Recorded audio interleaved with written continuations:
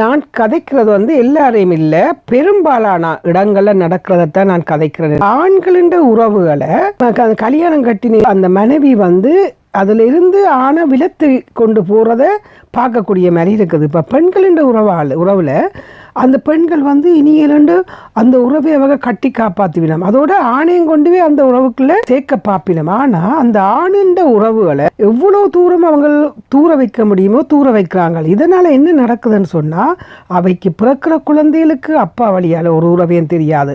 இப்படி இருக்க அந்த பிள்ளைகளுக்கு காலம் போக அந்த பிள்ளைகளுக்கு உள்ள உறவுகள் எல்லாம் அற்று போகுது.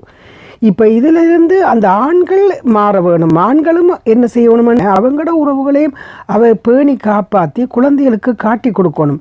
இப்போ பெண்களும் யோசிக்கணும், ஆண்களின் உறவுகளை நீங்கள் ஆண்களுக்கு சேர்க்காம விட்டால் அந்த மனதில் அவர் சந்தோஷமாக இல்லாமல் இருந்தால் எப்படி அவர் ஆரோக்கியமாக இருப்பார்?